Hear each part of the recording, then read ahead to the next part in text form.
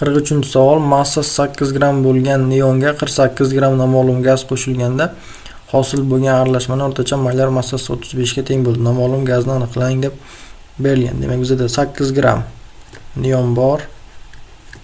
8 gram neonni molini topadigan bo'lsak, 20 ga bo'laman. Shunda uning moli 0.4 mol bo'ladi. Hosil bo'lgan aralashmaning massasini topamiz.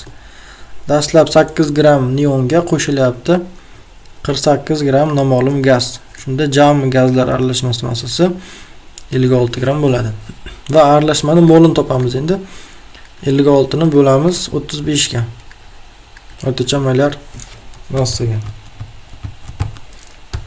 1.6 mol gazlar aralashmasi. 1.6 molning 0.4 moli bu neonga to'g'ri keladigan bo'lsa, qolgan 1.2 moli X gazga to'g'ri keladi. 1.2 molning massasi 48 gram.